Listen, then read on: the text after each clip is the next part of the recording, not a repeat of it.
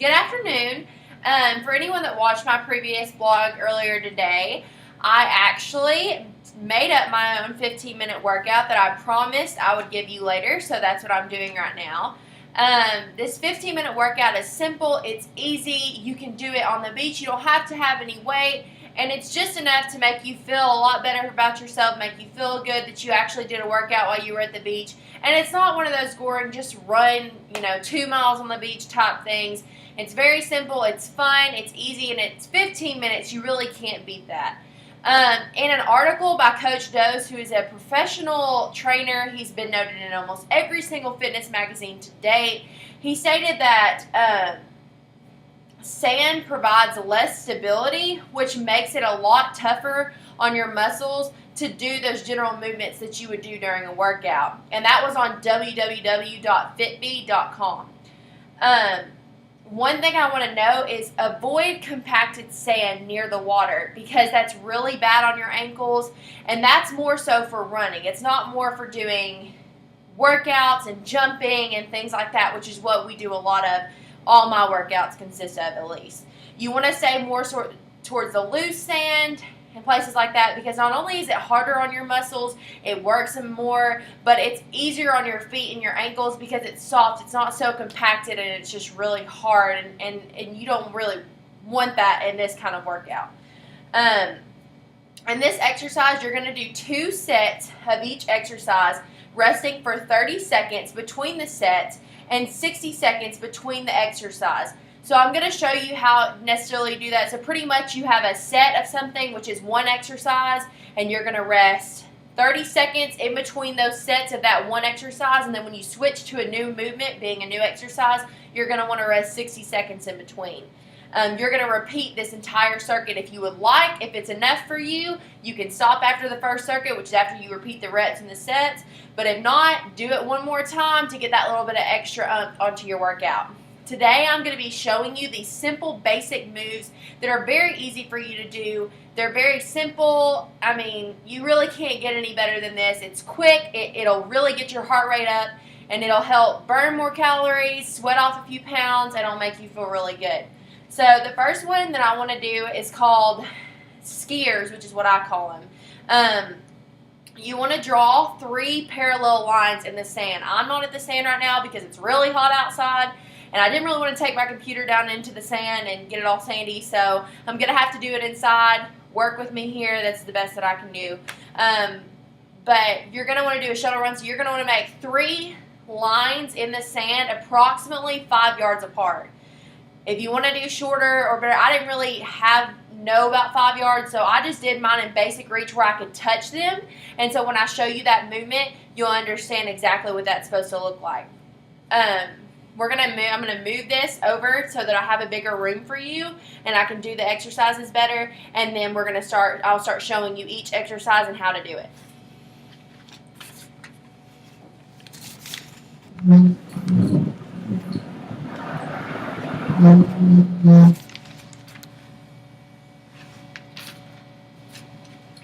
I'm going to have to squat down because a lot of my exercises are done on the ground. So to get those, what you need, you have to explode from the floor, and a lot of it is done on the ground because it's easier to work more muscles on the ground than doing other things like that. So my first one, like I said, is called skiers. So you're going to make 3 parallel lines. Let's say if you made one here, take a big step here, and a big step here. Guaranteed I'm out of the frame right now, but you get the basics. You're going to want to squat down with your hands, your knees. Don't let your knees bow out. Squat down with your hands right above your knee. When you get to this point, you're going to want to ski. So I'm going to scoot up a little bit, or I can scoot this back so I have a little bit more room. And you're going to want to do these. You'll get down, and you're going to put your right foot behind and touch the ground. You'll step back up, step across, because this would be your middle line. Bring your other foot back, going across your body. So I'm going to speed it up for you. You want to keep your back straight, you want to stay squatted, and I'm going to do it a little bit faster.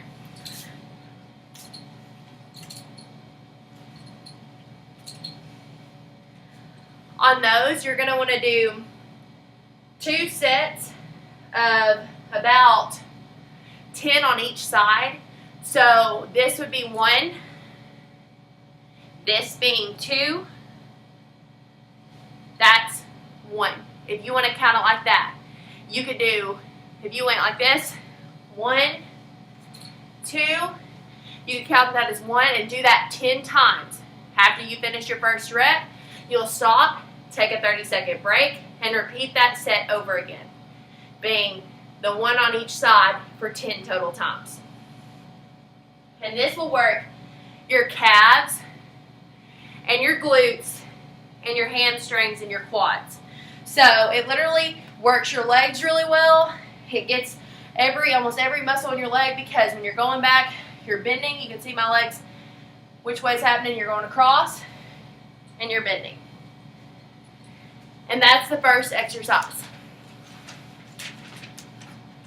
My second one, most people hate me for this, but it's a burpee push-up. They're very extreme and they are hard, but I promise you they work so well. Most people know what a burpee is. If not, I'm going to show you. A simple burpee is where you squat down, kick your feet out, bring your feet together, stand up.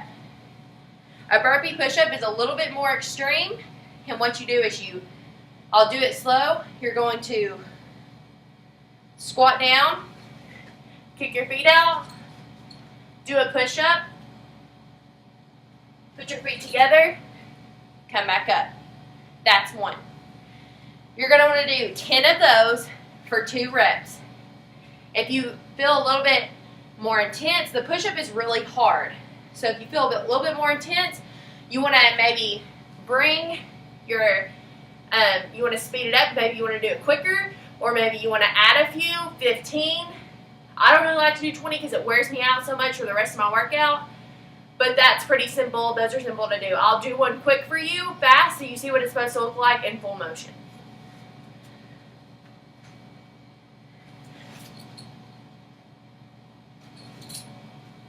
That's 1. This will work your calves, your glutes, your hamstrings, your hips, your quads, your shoulders, and your arms. So this is really good for your full body, and it really just helps. The third one is a body weight jump squat. What you're going to want to start to do, it's just like a squat, but you add a jump to the end to give more emphasis and tone your legs a little bit more. You'll start in a squatting position. You want your legs shoulder width apart. You'll squat down. Always, if you were squatting from the side, you want to kick your butt out and squat. This makes it so that you're not just using, if you just squat regular, you're putting all the emphasis on your knees. And your knees should never go over your toes. So from the side, you want to push. I put my hands right here, push your hips back, squat to this position. Once you get to that position, from right here, you're going to explode into a jump. Come back down, explode. Come back down, explode. Come back down, explode. And that would be a jump squat. It's called body weight jump squats. You're going to do 10 to 20 of those, depending on how able you are to do that. And you're going to do 2 sets of those. Those work your legs. They work your calves, your core, and your quads. The next is a plank push-up. I have really bad shoulders, so to me, this helps alleviate that pain from a regular plank. But what you're going to do is you're going to get in a standard push-up position. If you can't do a regular push-up, you can do a girl push-up in that position, but this is better. You're going to put your hands down, and you're going to stand up, or not stand up, but put yourself up into a push-up position, like you're planking. A regular plank would look like this. You would bring your elbows down. I'll move this so you can see it a little bit better. You'd bring your elbows down here, have your body level to the ground, and you hold it. That really works your core. Only your core. It works your shoulders a little bit, but it really hurts my shoulders. Doing a plank push-up, which is what I'm about to show you, really helps take all that pressure off of my shoulders and moves it more into my arms. So that way I'm not putting so much stress just on my shoulders. So what you're going to do in a plank push-up, I'll show you what it's supposed to look like. You're going to go down into a plank, body level. You're going to push yourself up, hold it for 2 seconds, go back down. So let me show you fast.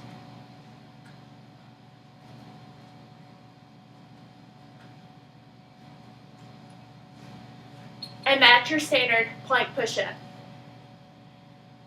You'll want to do I do around 15 of those, and that's considered one set, or you can do them as fast as you want to do them for a minute, and do that for 4 reps. So it's really just up to you. If I'm feeling like I really want to get a workout, I'll do it for a minute, and I'll do it 4 times, and it really works your arms and your core. And that works. Doing a plank push-up will work your core, your lower back, your shoulders, your quads, and your upper back muscles. So it's really beneficial. But I hope that my 15-minute workout has helped you and will help you out a lot. If you do it, it's great for you. It's quick. It's easy. You can get it done.